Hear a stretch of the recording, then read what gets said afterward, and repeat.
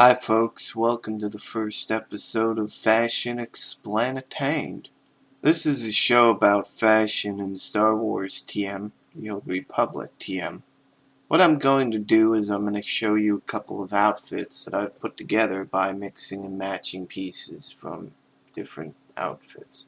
And I'm going to talk a little bit about what the theme of the outfit is, what I was going for, and what kind of decisions led me to the pieces that I chose. Names of pieces and dyes used will be in the description down below for those who want to copy the entire look. I'll be including appearance details in the description as well, body type, hair, eyes, etc. Weapons will not be mentioned with few exceptions, because I have very few of them and there's no outfit designer slot for weapons, so they're kind of a pain to get right. I tend to just use a few generic ones for every character and try not to look at them too hard. So without further explanation, let's dive right in. First outfit is my current favorite. I call it the Jedi General. This outfit is all about looking snappy with a bit of that vibe of I have authority and I'm ready to jump into a fight. I originally made it for my Smuggler for Kuat, but I think it looks even more cool alongside a lightsaber. Because I used it both those ways, as you can see I'm showing both versions of it. One is my Smuggler, the other is a Jedi Knight. Now, let's look at the details a little bit. As you'll see with most outfits, what I usually do is I start with one item as the sort of grounding foundation of it, and then I work around that foundation. So in this case the foundation is the chest piece. As you can see, it has quite a few stripes and rectangular angled shapes. So ideally I want to find other items that have that same kind of rectangular feel to them. Otherwise the whole thing just gets visually noisy. And what I mean by that is if you've ever looked at something and gone, I feel like I need sunglasses for my soul, that's kind of what I'm talking about. You don't want to overwhelm the eyes, you want them to be able to sort of travel around the outfit in a relaxed manner and enjoy what they're looking at. So this was kind of luck here, that there was an item combination like this in existence, but you can see zoomed in that the combined belt, pants, and boots have a mostly connected stripe running all the way down, which I thought was very cool, and it just makes the pieces feel like they're meant to go together. A couple of other things with this set that I want to call attention to. The brown on the boots is not dyeable, and with the skin color I have here, it mostly matches the brown on the boots, which is neat. The belt also matches that color for the most part, and the boots have little weapons in them, which adds to the idea that this is a Jedi or Smuggler, or whatever class you want to use this with, who is really prepared for a fight at all times and isn't afraid to use whatever tools are available to them. Even if it's a knife in a boot. It's a knife in a boot.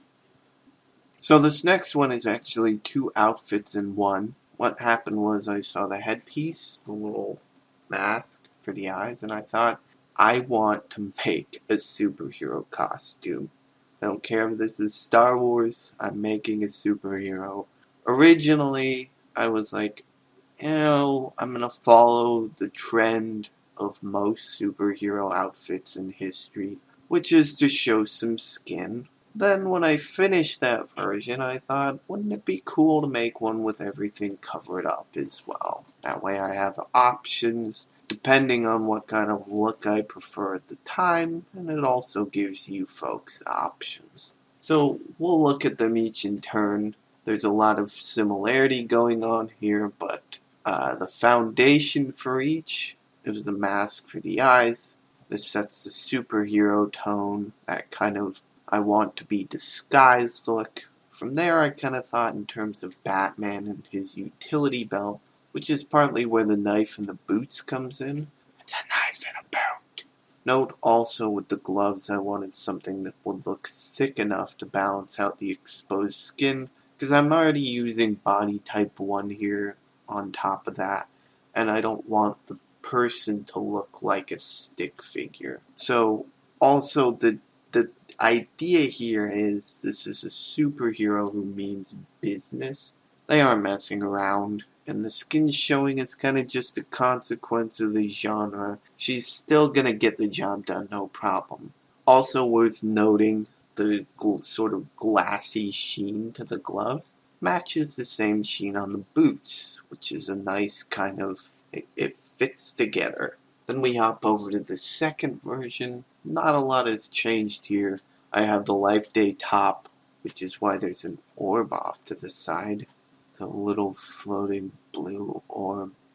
I think it sees my future. It's a knife and a boat.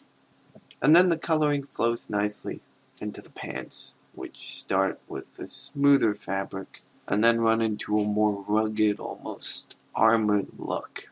Finally, I will actually talk about the weapon here, because I did manage to find a weapon specifically for this set. I'm using the Balmora hand cannon. Insert number here that I don't remember. It'll be in the description. I also used a green color crystal with this. So when you have the weapons pulled out, the green goes together pretty well with the green. Those are the outfits I have to show for this video. Like I said, the names of pieces are all in the description. You can just hop down there to copy and paste them or what have you. If you have any questions or comments about making outfits in SWTOR, or any thoughts on ways you might want me to do this a bit differently, please feel free to say so in the comments below. I tend to do these outfits by feel mostly, and though I can come up with something of a reason for some of my choices, a lot of it is kind of an intuitive process, which means it's a bit difficult to put it into words. So that's why my explanations are kind of haphazard. Thank you for watching. I'll see you next time, assuming there is one. Hopefully there will be.